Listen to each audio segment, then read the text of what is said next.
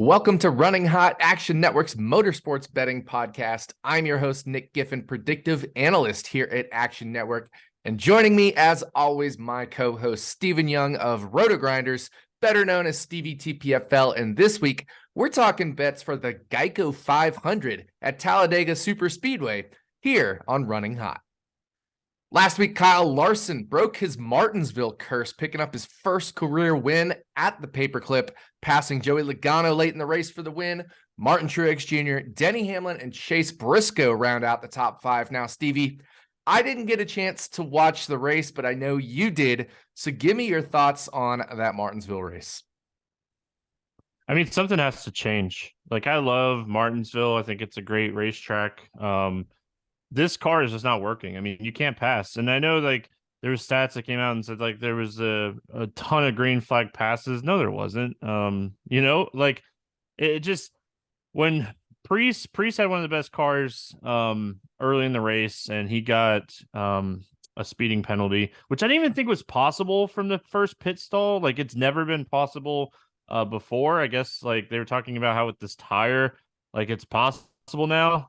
So if I'm Ryan Priest, I'm like, what? So he got put in the back, and there's a few cars that were like really strong. And then right when they got into traffic, there was just like nothing you could do. And then a guy like Joey Logano, who I think he was like 24th or 25th in like green flag speed, ended up finishing second because of strategy. I mean, it was just, it ended up being like a strategy, who stayed out at the end of the race kind of thing. And I mean, the best car didn't win. Larson was good. He wasn't the best car. I don't know who the best car was, because, I mean, everything that we saw, Kevin Harvick was the best car. And even him, like, on long runs where he was faster than cars, he still couldn't pass him. So I don't know. For someone that had like an outright for Kyle Larson to win, I'm just overly like disappointed with the race in general. So he was our victory lane pick for a top five. So that was good, but it was just, I mean, it was a profitable week, but it just, as a fan, man, I didn't like it.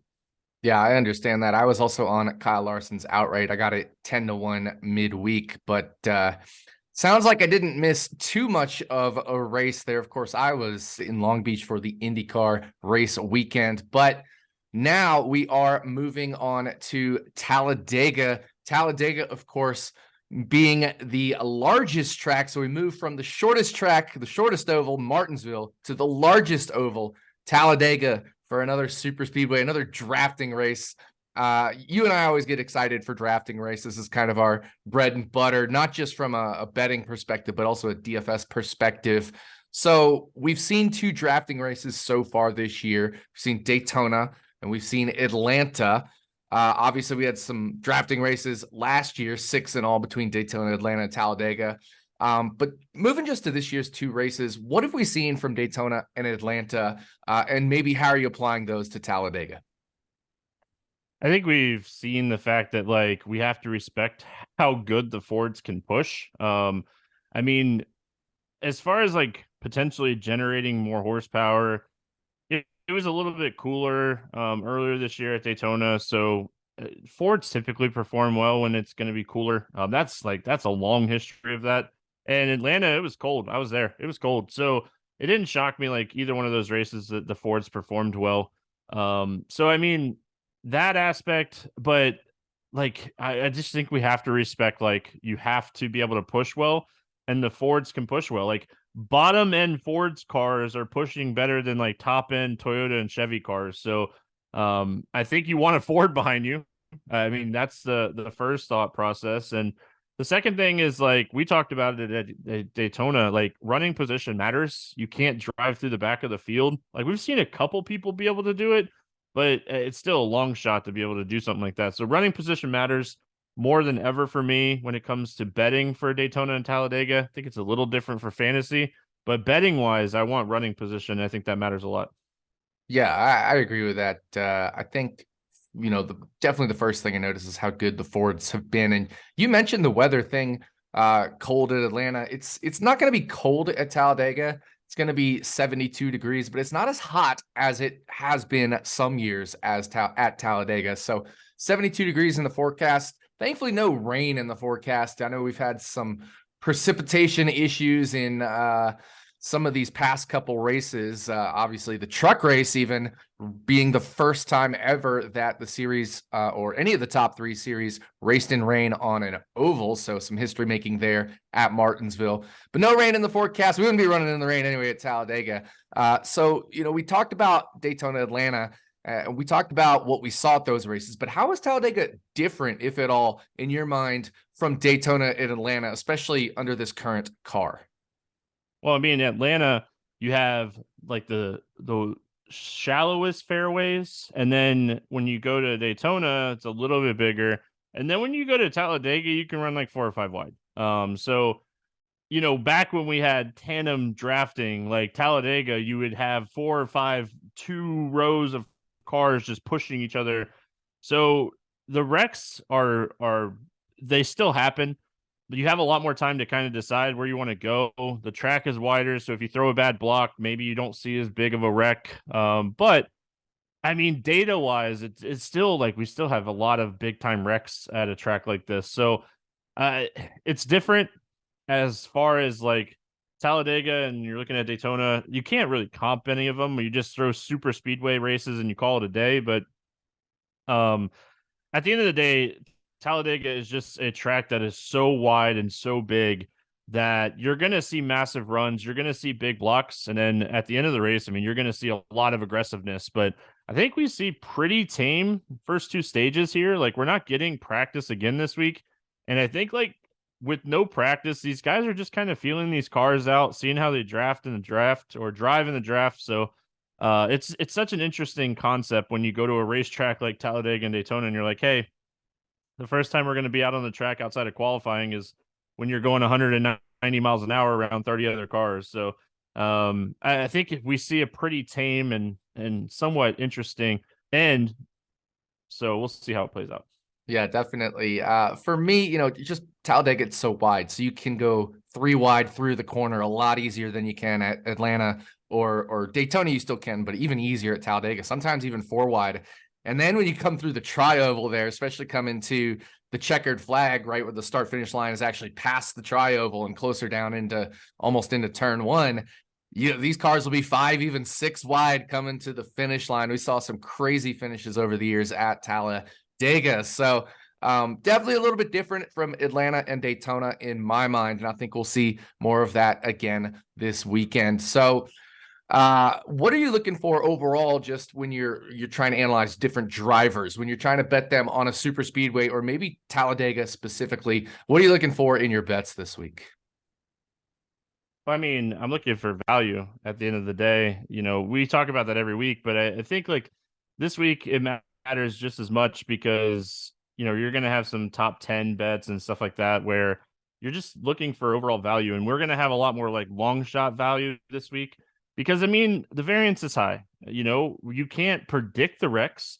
We can kind of see where the wrecks happen as far as like running position. But I mean, it could easily we could go to Talladega this week and the 30th place car could wreck. The first 2 cars running first and second could hit each other and wreck. So the variance is massive here. So, I mean, just, you bet that this week. You bet the variance. You let the race have chaos and you have fun with betting this week. This might be a week where you bet more long shots, but you have less money in play because you're betting more long shots. So, I mean, if you're not comfortable with something, don't bet it. I mean, like, nothing is a must bet when you go to like a Talladega or a Daytona. There's a lot of there's going to be a lot of value, but you're not going to feel comfortable about any of the value. And the books have caught up to like, betting these long shots and getting the top 10s. I blame Nick, for that last year when they had a monster week. But I mean, you're not getting a lot. One thing that I did find interesting, Nick, before we like continue to move on, there was a couple books that had top 20 bets this week. Yeah. Which, man, bring those back for the regular races. We don't need those at Talladega and Daytona. Bring them back for the regular races. Absolutely. I agree with you there. So nice to see, top 20 bets back. Maybe we'll get some more markets as we go forward. So it's looking good for the NASCAR betting world in terms of, bringing some markets back. So we like to see that. But, you know, you talked about value, you talked to bets. It's time to give our bets. So as always, we're going to take you for a lap around Talladega. That is 4 turns, 1 pick from each of us per turn before we drive into victory lane. So we're taking the green flag at Talladega. And like I said, just past the start finish line at Talladega, we're diving into turn 1. Going to Eric Jones, top 10 here, plus 170. Eric Jones is a guy that I really like at Talladega. I like him at Daytona, but I like him a lot more at Talladega. He has the highest driver rating through the first 5 super speedways with the next gen car. He has 6 top 10 finishes in the last 10 Talladega races. He's an aggressive guy trying to get to the front, run towards the front, and he does it smart. So he's a smart aggressive, where Stenhouse might be like a more of an aggressive, driver and maybe not as smart. So I think Eric Jones is someone that's super interesting here, and he has the highest average running position in those 5 races with this car. So I like his top 10 odds. He's someone that I even looked at like betting outright. I like Eric Jones a lot coming into the week. Yeah, I agree with you. I'm right there. Eric Jones is also my turn 1 pick. You mentioned 6 top 10 finishes in his last 10 Talladega races. Well, those finishes were all actually 9th or better. And in fact, 4 of them were within 1 spot of a top 5. So my pick is Eric Jones top 5 at plus 450. He has finishes at Talladega of 2nd, 5th, 6th, and 6th, right? So there's 4 finishes where if he either was inside the top 5 or 1 spot away from the top 5, that's 1/3 of his last of his 12 career starts, and it's 40% of his last 10 Talladega starts. So it's really, really good for Eric Jones at Talladega. And like you mentioned, he's better at Dega than he is at Daytona, and he's won at Daytona before. But at Talladega, especially in the last 2 years at Legacy Motor Club, or Petty GMS, or whatever you want to call this team that he's currently with, Eric Jones has been better at Talladega both years. His lowest driver rating at Talladega was better than his highest driver rating at Daytona each of the last 2 years. So just seems to run better at Talladega and can get towards the front a little bit easier at Talladega. And he's become even better at super speedways than he was earlier in his career. He was near the top, like you mentioned, in all the metrics over the last 5 super speedway races. So just looking at Daytona and Talladega here, removing Atlanta. So really like Eric Jones. You got the top 10 and I'm on the top 5. All right, so that is going to be turn 1, and we're continuing to draft through turn 2. We're going to go back to the top 10 market. Top 10s are typically like my favorite bet for Talladega and Daytona in general. I like Michael McDowell top 10 plus 250. This guy has 3 top 10 finishes in his last 4 Talladega races, 3 top 10 finishes in the last 5 super speedway races with this next gen car. McDowell is one of the best pushers in the Daytona 500. And like we talked about before, the Fords have some type of advantage when it comes to pushing, whether it be the nose, whether it be more generating a little bit more horsepower potentially in the draft. The Fords are definitely the team or manufacturer that we're looking at this week. And a guy like Michael McDowell, I don't know if he necessarily flies under the radar for us, but the books, he always tends to fly under the radar. Like getting him at plus 250 for a top 10, where most of the guys that he finishes around on these tracks are 140 to 160. I think there's nice value here at this 250 number. Yeah, I agree with that. Michael McDowell is always hanging around. He's one of those guys who's always around, and he doesn't seem to get caught up into things too much. So he's not too aggressive where he's starting incidents, and it just comes down to incident avoidance. And he always seems to be able to do that, which is how he gets into the top 10 here at Talladega. For my turn 2 pick, I'm going to actually go over to the Toyota camp, and I'm going to take Ty Gibbs as the top Toyota at 10-1. You can get that at BetMGM. I did get this earlier in the week at 12-1, but now best available line is 10-1 at BetMGM. There's only 6 Toyotas in this race, right? So if there were only 6 Toyotas, 5-1 would be fair odds on every driver in terms of break even. So the fact that he's 10-1, you're getting double that is he has to be significantly worse than the rest to be there. But Talladega and the draft is the great equalizer. I mean, I think Talladega even more so than Daytona, even more so, especially than Atlanta, is the great equalizer. And so, while Gibbs should correctly be the lowest in terms of, like, the longest in terms of odds of the 6 drivers, the lowest chance of finishing as the top Toyota, 10-1 is just a little bit too far in my book. He won Atlanta last year in Xfinity.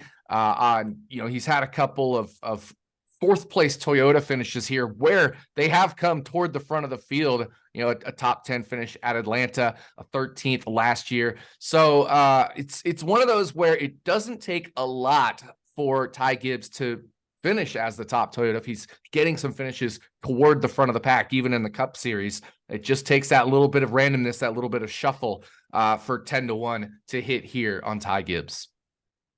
Yeah, I like this just because, like you said, there's 6 Toyotas. So anything can happen. Christopher Bell's had, I would call it a little like unluckiness when it comes to this racetrack, but he's not really corrected it. Super speedways in general, and like Denny is one of the best, if not the best, like active super speedway racer. I mean, Blaney's really pushing for that right now because this guy's just a machine, but even Denny with this like new car, his average finish in those 5 races is a 20.4, Bell's 22.4. So all Gibbs kind of needs is just to stay clean early in the race, which he wasn't able to do at Daytona. So expecting a bounce back. This will be his 4th race now on a super speedway with this new car.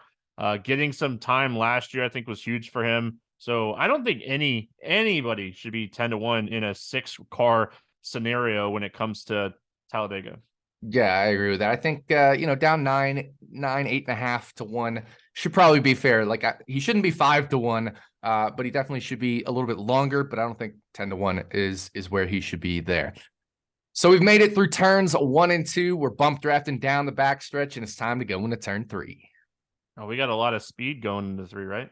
Oh, yeah. We got tons of speed going into 3. So, Stevie, what do you have for us going into turn 3? I like Eric Jones again, but this time I'm going to take him in a head-to-head. I don't love head-to-heads when it comes to Talladega, but this one, Ricky Stenhouse Jr., I like him or Jones over Ricky Stenhouse at -105 on BetMGM. I mean, we really talked about Eric Jones a little while ago and just how good he's been, but with his 6 top 10 finishes, Stenhouse has 4. Stenhouse has finished 20th or worse in 4 of the super speedway races with the next-gen car. He won Daytona. And I get that. And I understand that. But there's no reason that Stenhouse should be the favorite in this head-to-head. Jones has finished inside the top 20 in 3 of those 4 races. And honestly, my model looking at this has Jones as the favorite. And I think it's just a Daytona 500 win bump here for Stenhouse. And I'm going to play the numbers instead of looking at recency bias here for this one. Yeah, totally there with you. We mentioned it. I mean, Jones has been one of the best drivers in the whole series at the super speedways. So I think, it is that recency bias coming into play here with Stenhouse winning that Daytona 500. Don't get me wrong. He's good. He's very good at these, but Eric Jones has been among the premier drivers at super speedways in this next gen car. So really like that bet from you there on this head to head. For me in turn 3, I'm going to stay with a bet here at MGM, and I'm going to take Ford as the winning manufacturer at +145. And I think a lot of that has to do with, I'm not even looking so much at last year, but this year with that nose change, the Fords have been incredibly dominant at the drafting tracks. At Atlanta, Joey Logano and Brad Keselowski combined to lead 187 of the 260 laps. And then Eric Almirola led 17. So, now we're over 200 of the 260 laps led by the top 3 Ford drivers in terms of laps led in that Atlanta race. Then if we look at Daytona, Ford finished in the end of the race, they finished 2nd and 4th. So 50% of the top 4. They also won stage 1. And again, Ford led the most laps. Keselowski at the Daytona 500 led 42. His teammate Chris Buescher, 32. Almirola again, 16. Logano, 12. Over half the race for the Daytona 500 was led by Ford. So both drafting races so far have had more than half the race, or even significantly more than half the race, led by Ford. All it takes is for them to lead the final lap. So, if you kind of just pull a random lap out of a hat, it's more likely than not it's led by a Ford, or we're getting plus 145 here. Listen, I like the Fords. I mean, it's no secret. We talked about it at the beginning, you know, kind of watching Daytona and seeing just how good the Fords were pushing in general. It's really hard to not have interest in the Fords. And honestly, I mean, it could go to any manufacturer, but I think if we had to pick like a favorite, it would be the Ford. So have no problem like betting the favorite at plus money in my head. So don't mind this one at all. Yeah. So time to move into turn 4. Yeah, I mean, turn 4 is, I'm just going to call it the funsy corner, because you are going to be getting out of that corner with a lot of momentum, and Oh, yeah. we'll see what you do with that momentum. But we're going to go to the funsy corner here. I got Ty Dillon top 10 plus 750. I like this for a quarter unit. This isn't like a full unit bet for me. I will say that, like we talked about top 20 bets, he's even money for a top 20 bet. I would bet a full unit on that. So his engine blew early at Daytona and he finished last. Happens, right? You know, there's nothing you can do to predict that. He has 5 top 15 finishes in his last 8 Talladega races. If we get through a couple big wrecks here with Dillon, he should benefit. He's someone that runs towards the back. He doesn't go up there and mix it up. So he's not someone that I'm betting to win the race. I think he very low chance of winning the race, but I mean, I like betting these long odds for top 10s at Daytona and Talladega, and honestly, anything can happen on these tracks. So, little funsy bet here in turn 4. And I mean, if there is a lot of mayhem in that trioval, like you mentioned, you know, a guy like Ty Dillon could benefit from that. Yeah, I agree with you there. I think anytime somebody gets a big run and throws a block, can wreck out a third of the field, then all of a sudden top 20 is super in play for Ty Dillon. He shouldn't be the one that's kind of in the middle of that if he's hanging out towards the back. That's where we get those kind of correlated plays with those lower tier drivers, the drivers in the lower tier equipment, I should say, because they're all just kind of hanging in the back. They have a chance to stop and avoid the wreck, and that's how Ty Dillon is going to get into the top 20 and even then have a chance to race his way into the top 10. For my turn 4 pick, I'm going to stay with Spire Motorsports, but I'm moving over to Corey LaJoie as the top Chevy at 25-1. We all know what Corey LaJoie has done in super speedway races, drafting races recently. At Atlanta, he finished as the top Chevy in 4th place there earlier this year. And if we even go all the way back to 2019, he was racing in the Ford camp then. He finished as the second finishing Ford in the 2019 Coke Zero Sugar 400. So just looking at a handful of drafting super speedway races, not even 2 dozen of them, and 25-1 means if this happens 1 in every 2 dozen times, we're going to make money. Corey LaJoie is either finished as the top in his manufacturer or near the top in his manufacturer. Overall, just raw finishing number among the whole field. He has finishes of 4th, 5th, 6th, 7th, 8th, and 9th in his career at drafting tracks. So, maybe he'll put a 3rd place finish there this week to continue that chain. But the idea is the guy is getting top 10 finishes. He's finishing toward the front. And when you're finishing toward the front, you have a chance to be top in your manufacturer. Hell, he could have even won that second Atlanta race last year when, Chase Elliott threw a little bit of a block there at the end, as he should have done, rightly so. But Corey LaJoie was in the mix for the win there, which of course would have been top in his manufacturer as well. So 25-1 just seems a little too long for me here on LaJoie. Someone that's like sneaky good at these tracks. Like at the end of the day, like he runs up towards the front, and then like when wrecks happen, you're like, oh, Corey LaJoie's in the back, and he avoided it. So like he's just sneaky good at this. So I mean, I have no problem betting him as the top Chevy. I mean, you're getting it at 25-1. Like it's a funsy corner. We're in the funsy corner. Absolutely. We had to make the funsy bets. I think those were our 2 longest bets of the week coming out of the funsy corner. So we came out of the funsy corner and we're going through the dog leg and the trioval. We still haven't hit the start finish line, but then we sliced and diced our way across and we won the race. We're in victory lane. Stevie, what do you got for us in victory lane? So looking through everything, I was like, yeah, this week, the books have kind of caught up to super speedways and like betting a lot of long shot top 10s, but this one stood out to me big time. And I sent it to you and you're like, all right, let's do it. But it's Wallace to win Group C It's Wallace, Larson, Bell, and Stenhouse. He's the third favorite in this group. So looking through the numbers, Wallace has a 13.2 average finish on the 5 super speedways with this next gen car. Larson's at 28.8 or 21.8. Stenhouse is at 20.6 and Bell is at 22.4. Wallace, Blaney, and Kyle Busch are the only drivers to finish inside the top 20 in all 5 super speedway races with this new car. So my model has Wallace as the favorite in this group while he's getting he's the third. So we're getting really solid bet value on a 4 racer bet. And I really do like looking through these groups, especially after qualifying and stuff happens. And we tend to find really good odds when qualifying's done. So qualifying doesn't matter at a super speedway. Yeah, we talk about how running position matters, but if we're going to get boosted odds on stuff, these guys are going to have strategy in that first stage when it comes to fuel and pitting and stuff. So I really like this Wallace bet. I don't think he should be the third favorite in this group. I 100% agree here with you, Stevie. Really like this. I'm glad you pointed it out to me because I will definitely be on this one as well.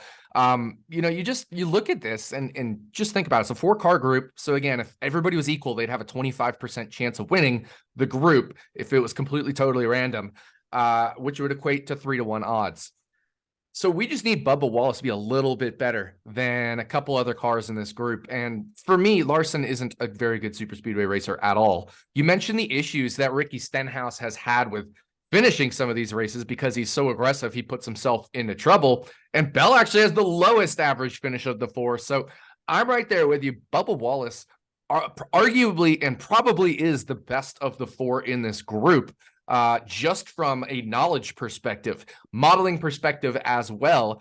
So I definitely think 280 is just a little too long here. I think something like 250 is probably where I'd bet this too. I don't want to go all the way down to 230 just because Talladega is a pretty random race. So pretty tough to guarantee this will be, there is no guarantee, but I'm saying it's pretty tough to guarantee that Bubba Wallace will be significantly better than these guys. So wouldn't take it down too far beyond plus 280, but I think somewhere around the plus 250 range is fine. What do you think, if you were to have a bet 2 number? I think 250 is solid. I mean, my model has it at 255, I think. I don't have it pulled up right now, but I think it was 255. So yeah. I think in my head, I mean, I'm betting it until he's the favorite because I do think he's the favorite in this group. But smart betting wise and value wise, I think 250 is a good number. Yeah, there we go. So that is going to do it for us. 4 bets each from myself and Stevie, plus our Victory Lane pick. We're on a little bit of a roll with Victory Lane. I think that's 2 weeks in a row now. So hopefully we'll go 3 for 3. But that is going to do it for the Talladega episode of Running Hot, Action Network's motorsports betting podcast. We'll be back this time next week to talk about bets for the Worth 400 at Dover Motor Speedway, which is our first race on concrete this year in 2023. I love Dover Motor Speedway, so I'm excited for that one. On behalf of my co-host, Stephen Young, thanks again for listening, and we'll see you back here next week on Running Hot from Action Network.